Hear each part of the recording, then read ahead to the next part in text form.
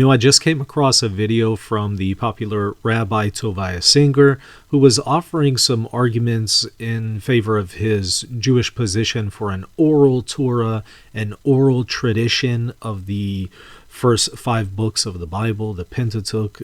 And I want to interact a little bit with some of the comments that he makes. So let's take a look at the clip in question.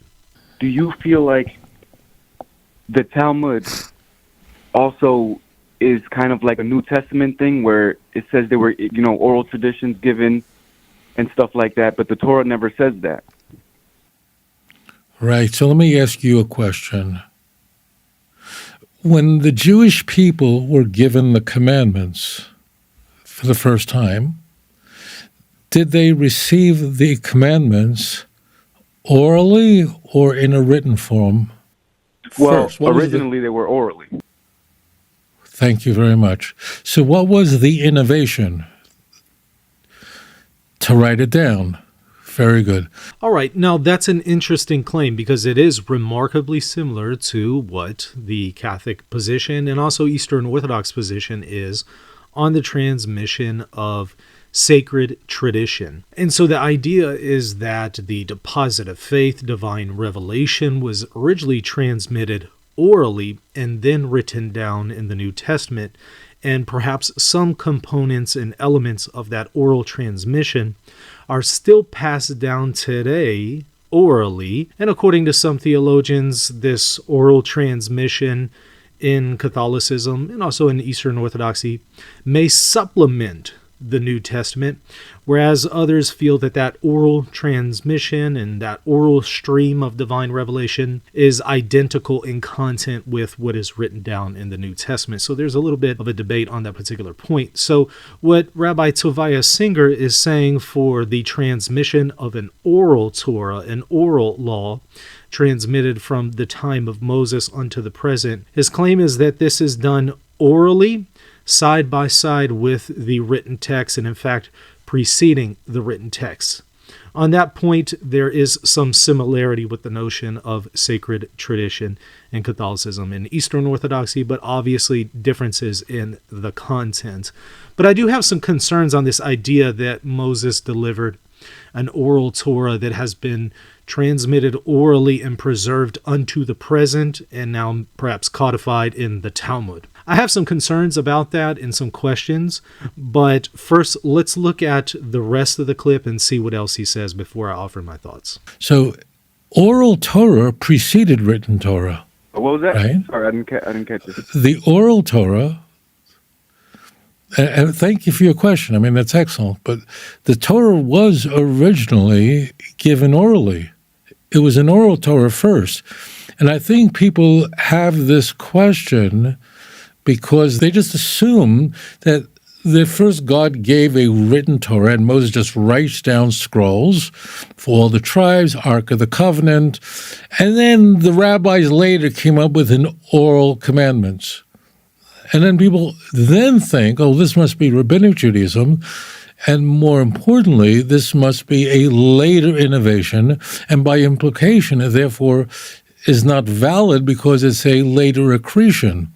As it turns out, that's not the case. Hey, I hope you're enjoying the video so far. I just want to remind you, hit the subscribe button and the like button. Also consider supporting the channel at patreon.com/Reason and Theology, or just hit the join button to become a channel member right here on YouTube. Okay, let's get back to the video. Okay, so I'm concerned about a few things here, and I have a few questions. How do we know that the content of that oral Torah supplements or adds information to the written Torah? That would be the first question, but maybe more importantly, as to the question of the preservation of this oral Torah today, I want to take a look at something from 2 Kings 22. Let's read it together and then I'll make my point.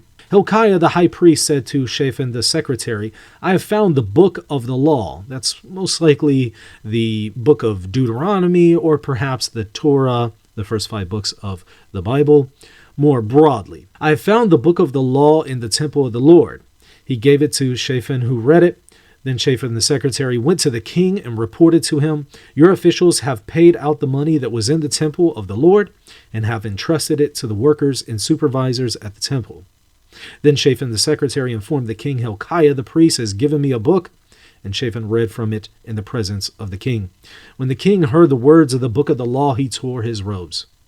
He gave these orders to Hilkiah the priest, Ahikam son of Shaphan, Akbor son of Micaiah, Shaphan the secretary, and Uzziah the king's attendant. Go and inquire of the Lord for me, and for the people, and for all Judah, about what is written in the book that has been found. So here's the point. We see in this story that the Torah, or the book of the law, again, maybe perhaps Deuteronomy, was lost.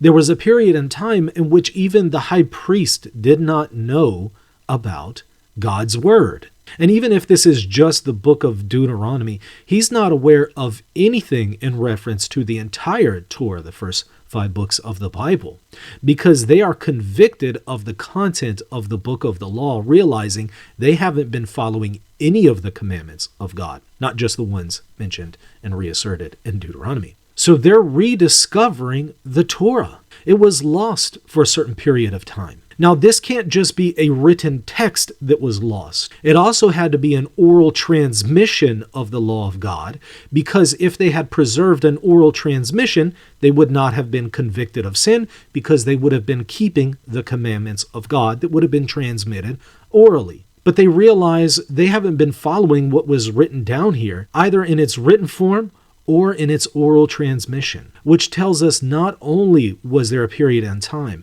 where they lost the Torah in a written form, but also in an oral form. And so if there was an interruption in the transmission of an alleged oral Torah from the time of Moses, then how can one say that that has been preserved from the time of Moses unto the present? What was rediscovered in the temple was a written text, not an oral transmission of an oral Torah. So it seems at this point there is a break in whatever transmission of an alleged Torah from the time of Moses that there may have been. So how do we know that what is preserved today in Jewish oral Torah is the same content as what goes back to Moses with this alleged oral Torah? It seems that this would cause some serious problems for this idea of a preservation of this oral Torah. So that would be the question that I would have for Rabbi Tovia Singer, and also any other Jewish people who believe in the notion of the oral Torah. I know there's some smaller Jewish groups that reject an oral Torah, but they tend to be